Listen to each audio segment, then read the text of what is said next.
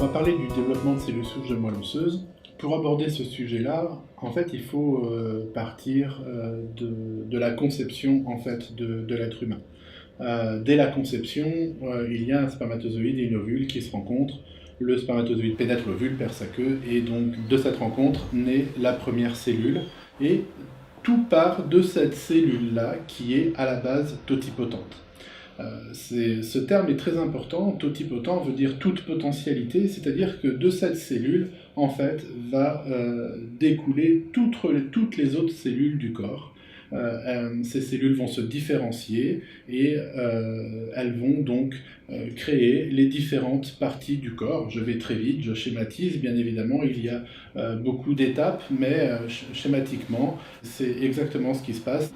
Pourquoi je parle de ces cellules? Parce qu'elles ont une particularité, c'est de se renouveler naturellement. C'est-à-dire que d'elles-mêmes, elles vont s'auto-régénérer.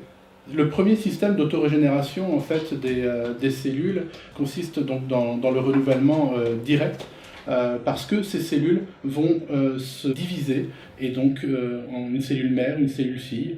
Une de ces cellules va rester dans l'organe, et l'autre cellule peut rester dans l'organe si ce même organe a besoin de réparation, de renforcement, ou bien peut sortir de l'organe pour aller autoréparer un organe de cette même famille d'organes. Voilà. Par contre, il ne ressortira pas la famille d'organes pour aller autoréparer un organe d'une autre famille d'organes. Mais il existe un autre processus qui est le fait que la moelle osseuse, notre propre moelle osseuse, fabrique des cellules souches, des cellules totipotentes, des cellules souches qui ont toute potentialité pour venir auto-réparer les organes de notre corps, quels qu'ils soient. Maintenant, comment ça se produit? Eh bien, notre corps produit environ 3 millions de cellules souches par jour. C'est une moyenne, hein. Plus on est jeune, plus on en fabrique, plus on entre en âge, moins on en fabrique. Et entre deux, eh bien, ça dépend de beaucoup de critères, si on est sportif, si on fume, suivant là où on vit, si on est stressé, enfin, bref, énormément de critères. Et ces cellules souches-là, qui sont fabriquées dans la moelle osseuse, vont traverser la paroi osseuse et vont pénétrer le système sanguin, afin que les organes qui en ont besoin en aient un maximum. Eh bien, il se passe un phénomène. C'est-à-dire que, par exemple, on va prendre le foie. Si votre foie a un problème, ce foie va envoyer des signaux au cerveau, ça s'appelle des cytokines, comme quoi il a besoin d'un apport de cellules souches. Là, le cerveau reconnaît ce signal-là et envoie massivement, en fait, ces cellules souches auprès de l'organe qui en a besoin. Toutefois, maintenant, il faut qu'il les attrape. Pour cela, on est très très bien constitué. L'organe qui en a besoin, donc on va rester sur le foie puisqu'on parle de lui, envoie donc ce qu'on appelle des cellules d'adhérence. Il y a une cellule qui sort de l'organe et qui vient attraper la cellule souche totipotente pour en faire une cellule différenciée, une cellule d'organe.